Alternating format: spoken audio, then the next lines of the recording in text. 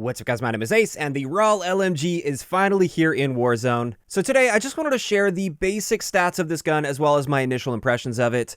This is going to be a really quick and condensed version of these videos.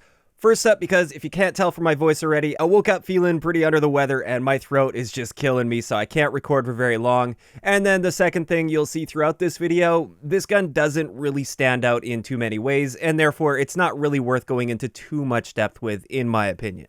So let's start it off with the base damage, which is 37 up close, 34 at a distance, and then our upper torso damage is 40 up close and 37 at a distance. This means if we're hitting upper torso shots, it's actually a 7-shot kill at all ranges, but we'll get into the details of that in a second here.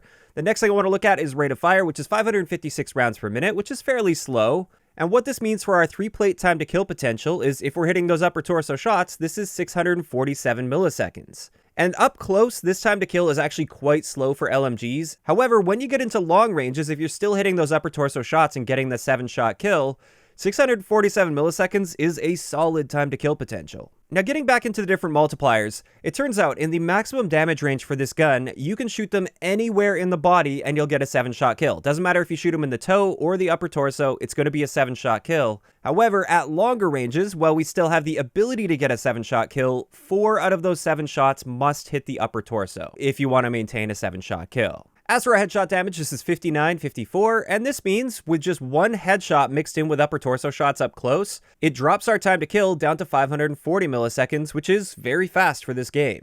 Additionally, one other stat I wanted to cover here is our aim down sight time, and our base aim down sight time is 467 milliseconds, which is fairly standard for an LMG, and this will change considerably depending on the attachments you're using. But finally, when it comes to these base stats, let's have a look at our base recoil at 14 meters. Keeping in mind this is about a 30-round recoil plot, so each of these plots is about 30 rounds. And as you can see with this gun, it doesn't have a ton of recoil, but for the first 3 or 4 shots that are fired, there's actually quite a bit there. That's a pretty big jump between those shots, and you'll really start to notice this at longer ranges. So I definitely wouldn't say this stands out in the recoil department. It's actually quite noticeable, that recoil on those initial shots, and it will throw you off target. So those are the base stats, and just looking at those, this gun just doesn't really stand out too much. It's not great in the recoil department, doesn't have an amazing standout time to kill by any means for an LMG, and we're still dealing with LMG handling and mobility. Now, the one potential saving grace for this is the fact that we have a 50-round magazine on this, and keep in mind, the default magazine capacity is 100 rounds, so this is kind of like the Mark 9 Bruin, where we have the ability to choose a smaller magazine, and in exchange for that, we get a better aim down sight time, better sprint to fire time, better movement speed, as well as better reload time. So it can kind of make this like an assault rifle LMG hybrid. So I went in and did some testing with this particular attachment, and it turns out it doesn't help our aim down sight time too much. Instead of 467 milliseconds, it's now going to be 400 milliseconds. So still fairly slow, especially when you start stacking barrels and suppressors on there, which are going to hurt your aim down sight time. Additionally, our reload time with this is still extremely slow. It's still over 5 seconds for a reload, even with this attachment.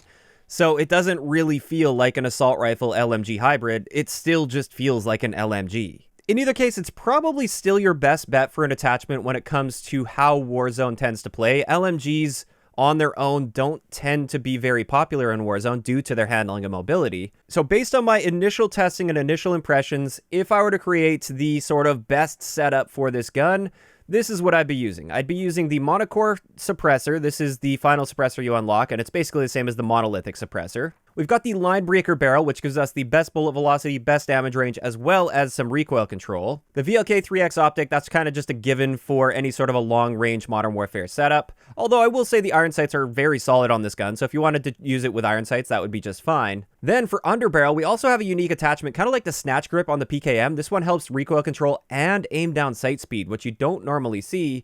However, that does come at the cost of movement speed, so this is going to be a very slow-moving setup.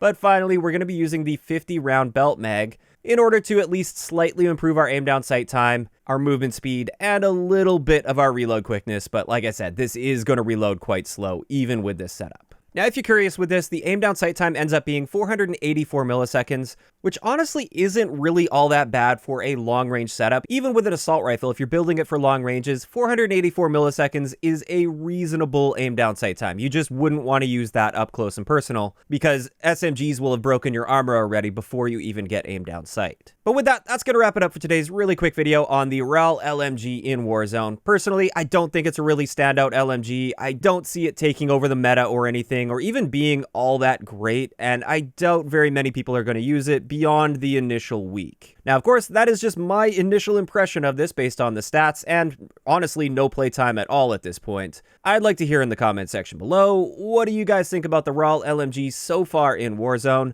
Do you agree with me? Do you think it just doesn't really stand out and it's not that great? Or do you think it is actually worth using? Maybe there's a different setup that I just haven't discovered yet that actually ends up being really solid. Just let me know those thoughts down below. If you enjoyed the video, a like rating is always appreciated, and don't forget to subscribe for more if you haven't already. I'll talk to you guys next time.